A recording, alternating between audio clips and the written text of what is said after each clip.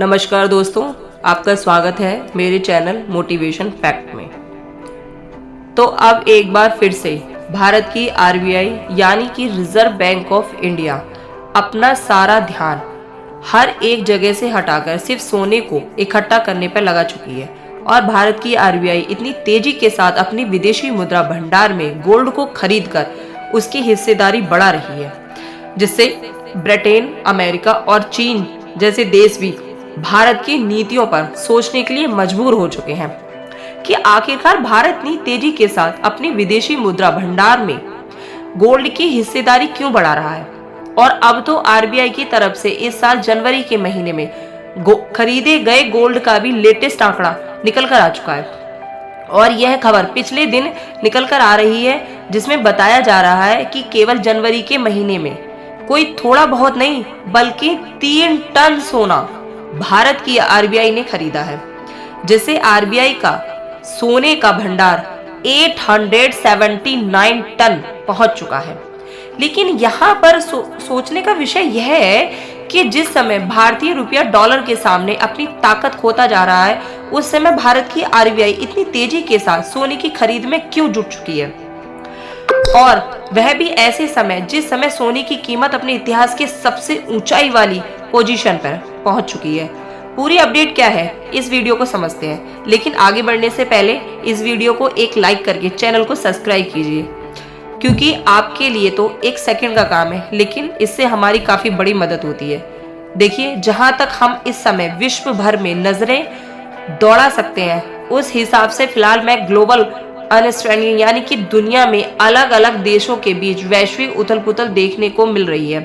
फिर चाहे दो देशों के बीच रहे व्यापार की बात की जाए या फिर आपसी संबंधों की, इन सभी में शांति व्यवस्था जो बरकरार थी वह धीरे धीरे एक टकराव का रूप लेती जा रही है। ऐसा इसलिए क्योंकि इस समय चाहे अमेरिका, जर्मनी, जापान जैसे देश हों या फिर भारत, चीन,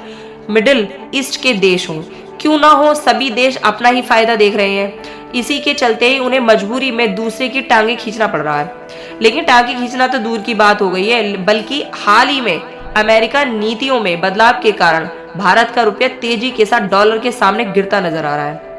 और ना बल्कि सिर्फ भारत का रुपया डॉलर के सामने अपनी ताकत खोता जा रहा है, बल्कि पिछले कुछ महीनों से ही भारत का शेयर मार्केट भी लगातार गिरता ही जा रहा है और सभी कंपनियों के शेयर गिरते हुए देखे जा रहे हैं। इसी बीच लोगों के जहन में ये सवाल खड़ा हो रहा है, जब भारत का मार्केट धड़ाम से नीचे की ओर गिर रहा है और हाहाकार मचा रहा है, तो इस बीच भारत की आरबीआई यानी कि रिजर्व बैंक ऑफ इंडिया क्या सोच रही है। क्योंकि जिस समय भारत का रुपया कमजोर हो रहा हो, भारत का शेयर मार्केट लगातार गिरता जा रहा हो, उस समय भारत की आरबीआई भला चुपचाप कैसे बैठ सकती है। लेकिन आप में से कुछ लोग सोच रहे होंगे कि आरबीआई को गोल्ड की जरूरत ही क्या है, क्योंकि यह तो अपने पास नोट छापने की मशीन रखती है। फिर भी अगर आपको नहीं मालूम हो तो बता दें कि आरबीआई उतना ही नोट छापते हैं जितना कि उसके अकाउंट में बैलेंस होता है। इसे ऐसे समझते हैं कि जैसे जब कोई व्यक्ति अपनी किसी गाड़ी या जमीन फिर घर को गिरवी रखकर बैंक से लोन लेता है, तो वह बैंक उसकी उस वस्तु की कीमत के बराबर उस व्यक्ति को पैसा देती है और पैसे को धीरे धीरे करके ब्याज के साथ व्यक्ति को बैंक के पास जमा करना होता है। लेकिन यहाँ पर ध्यान देने वाली बात यह है कि उस व्यक्ति को उतना ही बैंक लोन देती है जितना कि उसके घर, जमीन या फिर गाड़ी की मौजूदा समय में कीमत होती है, ताकि जब कर्ज लेने वाला व्यक्ति बैंक का पैसा ना दे पाए तो बैंक उस वस्तु को बेचकर अपना पैसा निकाल सके। और उसी तरीके से जब आरबीआई भारतीय लोगों को अपना पैसा इस्तेमाल करने की अनुमति देता है, तो उसके पास भी तो कोई ना कोई कीमत वाली ऐसी वस्तु होनी चाहिए जिसके बदले में वह हम लोगों को पैसा इस्तेमाल करने की परमिशन दे रही है।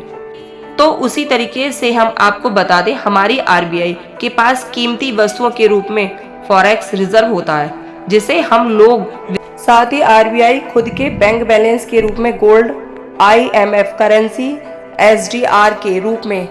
अपने पास धन को रखती है। और कुल मिलाकर जितनी कीमत का धन आरबीआई के पास होता है, आरबीआई उतना ही भारतीय रुपए के नोट छापकर भारतीय लोगों को इस्तेमाल करने की अनुमति दे सकती है। लेकिन अब स्थिति यह है कि भारत की जो आरबीआई है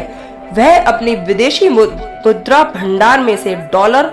और यूरो जैसी दो विदेशी करेंसी होती है उसको घटा करके गोल्ड को बढ़ा दिया है और अभी भी तेजी के साथ गोल्ड रिजर्व अपने भंडार में आरबीआई बढ़ा रही है। लेकिन ऐसे समय में जब गोल्ड अपनी सबसे ऊंचाई वाली कीमत पर पहुंच चुका है तो सवाल ये खड़ा हो रहा है कि क्या अब सरकार को भी सोने ही सबसे सुरक्षित लग रहा है,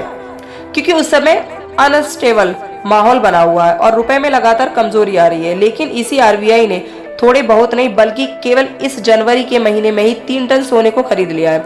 जिससे हमारे सोने का भंडार 879 टन पहुंच चुका है। फिलहाल अगर बात करें कि क्या डॉलर के सामने इतना ज्यादा रुपया क्यों गिर रहा है, तो इसका सीधा सा जवाब है कि यूएसए मार्केट बड़ा हो रहा है, जिससे भारतीय रुपए का डॉलर के सामने कमजोर हो रहा है। क्योंकि जब से ट्रंप ने कई देशों में टैरिफ लगाने की बात की है, तब से ज्यादा लोग अमेरिका की तरफ भाग रहे हैं, जिससे जो विदेश कंपनियां भारत में पैसा लगाई थी या फिर किसी और देश में लगाई थी, वह सब तेजी से अमेरिका की ओर झुक रही है। इसलिए जब भारतीय रुपया डॉलर के सामने लगातार कमजोर होता जा रहा, तो आरबीआई ने बुद्धिजीवी लोग जो बैठे हैं वह विचार बना रहे हैं कि अगर इसी तरह रुपया डॉलर के सामने कमजोर होता गया तो अपनी विदेशी मुद्रा भंडार के रुपए के बदले कितना डॉलर कर पाएंगे। क्यों पाएंगे? जब हम विदेशों से व्यापार कर सकते हैं तो इनकी फॉरेक्स रिजर्व से ज्यादातर अपने डॉलर को निकालकर इस्तेमाल करते हैं। इसलिए आरबीआई अपने विदेशी मुद्रा भंडार में ज्यादा डॉलर या फिर अन्य करेंसी रखने के बजाय गोल्ड को बढ़ाने पर फोकस कर रही है, क्योंकि आरबीआई को मालूम है कि गोल्ड से बढ़िया इन्वेस्टमेंट कोई और हो नहीं सकता। जितना ज्यादा वैश्विक उथल पुथल मचेगी उतना ही ज्यादा गोल्ड की कीमत बढ़ेगी। हमारी अर्थव्यवस्था पर कोई दिक्कत नहीं आ पाएगी। अगर आपको पिछले साल फरवरी का महीने का आंकड़ा दिखाएं तो आरबीआई के पास फॉरेक्स रिजर्व के रूप में कुल 88% विदेशी मुद्रा थी, जैसे कि डॉलर, यूरो और युआन जैसी करेंसी हो या गई हो। इसमें से गोल्ड केवल 7.7% था और भारत की तिजोरी में बाकी के कुछ आइटम्स विदेशी मुद्रा भंडार के रूप में थे। लेकिन जब हम फरवरी 2025 में खड़े हैं तो जो गोल्ड का हिस्सा केवल 7.7% के करीब था, उसी गोल्ड की हिस्सेदारी करीब 11% पहुंच गई है। और जो यह फॉरेक्स रिजर्व के रूप में 88% विदेशी मुद्रा थी, यह घटकर 85% रह गई है। यदि आपको नहीं मालूम हो तो बता दें, जिस राह पर आज भारत आगे बढ़ रहा है उस राह पर जर्मनी और अमेरिका पहले ही आगे बढ़ चुके हैं, क्योंकि अमेरिका का जो टोटल विदेशी मुद्रा है उसमें 75% सोना ही रखा हुआ है और इस तरह जर्मनी के विदेशी मुद्रा भंडार में से हिस्सा गोल्ड का है, जबकि भारत के पास अभी कुल विदेशी मुद्रा भंडार में से 11% हिस्सा ही गोल्ड का है। फिलहाल जैसे भारत की आरबीआई गोल्ड के भंडार को बढ़ा रही है, सही समय का लाभ उठाते हुए इसी तरीके से भारत के कई ऐसे देश साथ ही ट्रेड एग्रीमेंट करना चाहेंगे और विदेश की विश्वसनीय कंपनियों के साथ डील फाइनल करनी चाहिए, जिससे भारतीय इन्वेस्टमेंट का विश्वास लौटे और वह सभी लोग भारत में इन्वेस्ट करें, जिससे भारतीय बाजार भी ठीक हो पाए, हमारे रुपए की ताकत भी वापस लौट पाए। बाकी आप लोग भारत के विदेश मुद्रा भंडार में गोल्ड की हिस्सेदारी बढ़ाने को लेकर क्या कहना चाहेंगे? अपनी राय कमेंट में जरूर बताइए और इस वीडियो को लाइक करके अपने मित्रों तक शेयर जरूर करें, ताकि उन्हें भी जानकारी मिल सके कि इस तरह भी नॉलेजेबल वीडियो को देखने के लिए चैनल को सब्सक्राइब करें, बेल आइकन को ऑल करके सिलेक्ट करें। जय श्री राम।